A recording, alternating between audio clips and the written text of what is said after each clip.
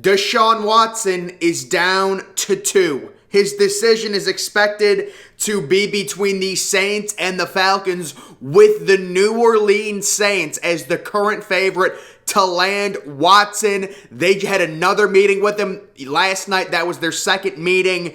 And apparently the Browns and Panthers, according to these reports, are out of the Deshaun Watson sweepstakes. A lot of stuff to take in. The first thing I wanted to talk about, the New Orleans Saints. It looks like they are the current favorite based on this intel, based on the fact that they're the only team to have multiple confirmed meetings with Deshaun Watson. You've got Alvin Kamara. You've got Michael Thomas. There are some weapons to work with if you are Watson. The whole cap situation is a mess, but just looking at a potential trade with the Saints, they have the 18th overall pick, the 49th overall pick, the 98th overall pick. I would expect all of those picks to be included in this trade with Watson, along with the Saints' 2023 first-round pick and 2024 first-round pick, along with maybe a young, controllable asset that Houston would want. So New Orleans completely looking like, not going to say for certain, but if you told me who do you think's getting Deshaun Watson right now on Thursday at 10:47 a.m. Eastern time,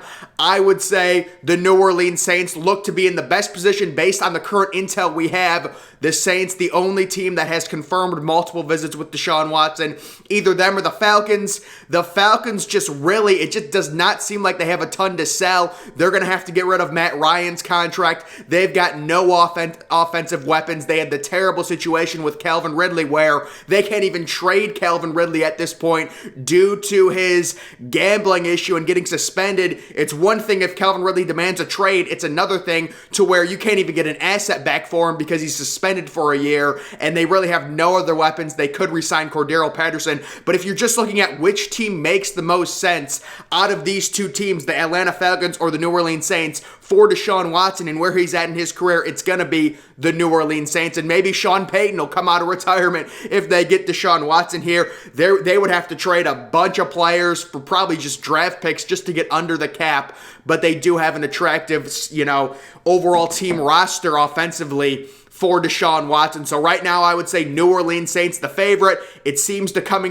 be coming to an end. We've limited it down, it looks like, to 2. And now teams like the Carolina Panthers are going to have to look elsewhere for their quarterback. The Cleveland Browns, even a bigger issue where they completely alienate Baker Mayfield. He's pissed off. Apparently, he's going to demand a trade even if they don't get Deshaun Watson because he's mad with what the Browns are doing, how they've handled this situation.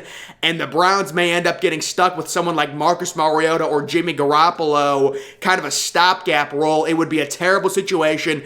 As a Cleveland Browns fan, I really wish they hadn't alienated Baker, to the point where I agree, try and trade for Deshaun Watson, try and upgrade your team. If you get a generational quarterback that wants to come, there's something we can do it. Unfortunately, Deshaun Watson, it looks like, does not want to come to Cleveland. He doesn't want to go north, and you're at a situation now where you've alienated Mayfield to the point where you can't even bring him back. And if you trade for someone like Jimmy G, I think that's a downgrade from a healthy Baker Mayfield. So the Browns, not in a great position right now. I would recommend, you draft someone like Bailey Zappi. I really like Bailey Zappi. I'm not saying he's ready, but that's someone that I'd be looking into drafting. The overall situation in Cleveland, the quarterback situation, is not good. And then you're talking about if Baker Mayfield gets traded, where does he go? I've heard the Colts as a possible destination. I've also heard Seattle for Baker Mayfield if he does demand a trade. And really, the relationship with the Browns seems completely broken. It seems unfixable even if they don't get Deshaun Watson, which the reports now are the Browns are not expected to get Deshaun Watson. If the Browns somehow got Deshaun Watson, I would really be looking at trying to sign Julio Jones to form a super team, because at that point you'd have Julio Jones, Deshaun Watson, Amari Cooper, Kareem Hunt, and Nick Chubb. That's a complete super team with that offensive line that's top 3 in the NFL. So that would be a complete super team, but it's not looking like the Browns are going to get Deshaun Watson, and there are major quarterback questions. I'm not saying Baker's this unbelievable player. I'm glad they didn't extend him, but I would rather have Baker than Jimmy G at this point in his career. 100%. He's got higher upside. He's got a higher ceiling. With Jimmy G, it's like you're hoping for 10 wins. Like you're hoping maybe you get to 10 wins. I'm not saying Baker's this superstar. I did want him over Josh Allen back in the 2018 draft. Obviously, that was a mistake, but it looks like Baker Mayfield has taken his last snap with the Cleveland Browns. The other major thing that broke, Von Miller. This has got to be the worst contract in free agency. Oh my goodness. Von Miller, 6-year contract at the age of 32 with the Buffalo Bills. Now, there's not a ton of guaranteed money, but if you were to ask me yesterday, before Von Miller had signed any contract, what would Von Miller's contract look like at this point in his career? I would say maybe 3 years, $45 million, $50 million, maybe. 6-year contract. This is one of those contracts, like I'm looking at it right now, it hasn't even started, and you know by year 2, it's going to look terrible. This contract reminds me of when the Washington Nationals extended and gave Steven Strasburg a 7-year contract. Steven Strasburg's always injured. Now, it was a little bit different because they just had won the World Series and Strasburg had pitched great. But it's just like, you just know by year 2, this is going to be a horrible contract. Von Miller is already 32 years old. I know there's not a ton of guaranteed money. You're giving a pass rusher a 6-year contract through the age 38 season. Again, if you were to ask me what I think Von Miller would have gotten, I would have said a 3-year contract, like at the most. He got double that. So that is a crazy contract with Buffalo.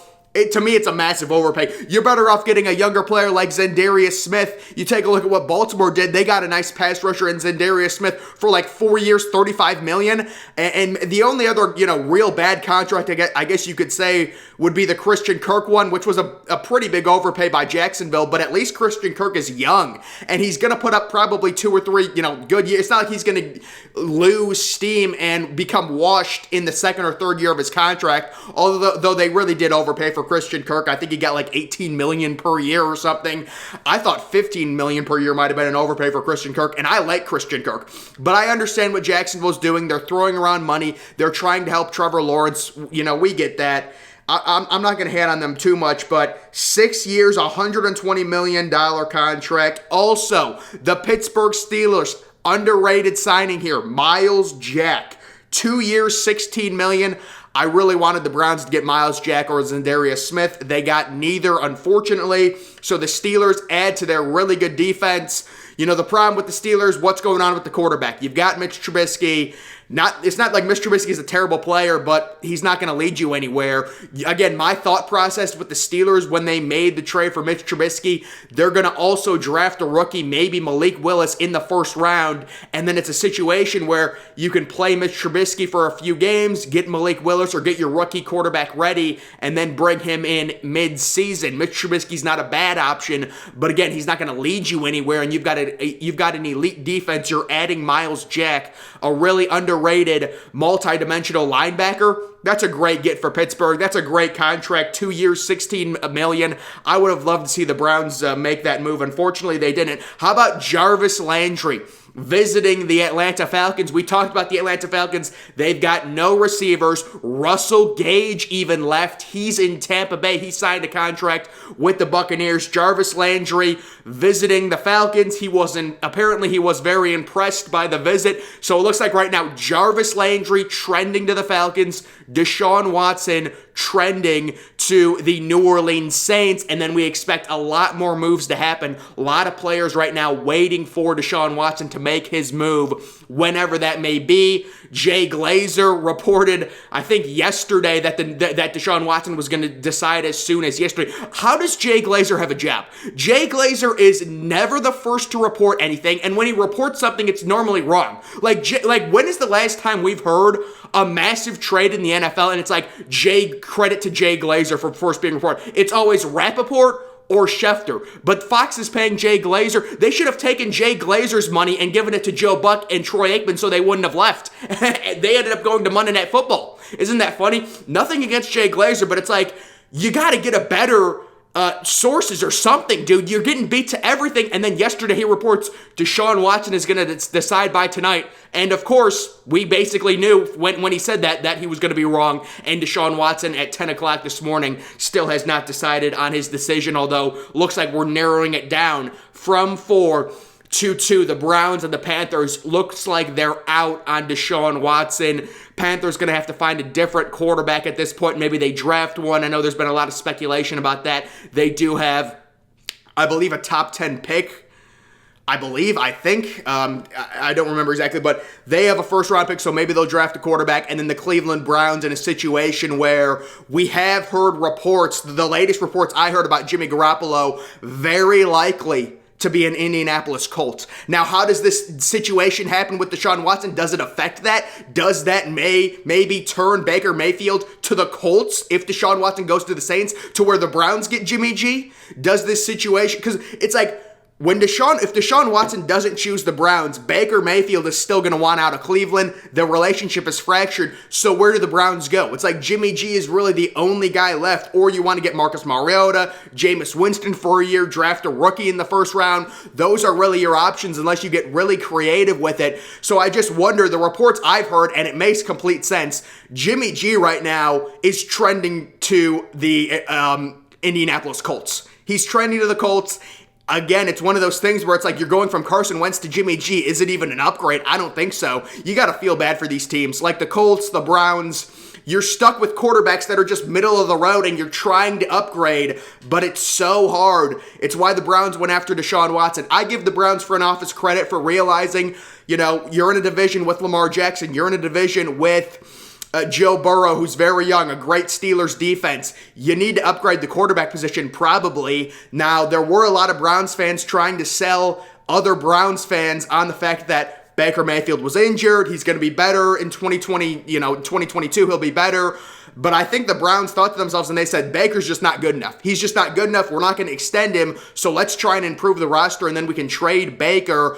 The other dynamic to this whole situation, what do the Browns get for Baker Mayfield? Do they get a second-round pick? Do they get a third-round pick? I'm sure they're not getting a first-round pick for 1 year of Baker Mayfield. So maybe at most, I would be hoping we get a second-round pick for Baker. You can turn that into a good young receiver. The positives in not trading for Deshaun Watson, you don't lose all of your assets. It was looking like if the Browns were going to trade for Deshaun Watson, you're talking about losing Denzel Ward maybe, 3 first-round picks, 2 second-round picks. So that's a lot of assets to lose. I understand Deshaun Watson is worth it. I'm not saying he's not.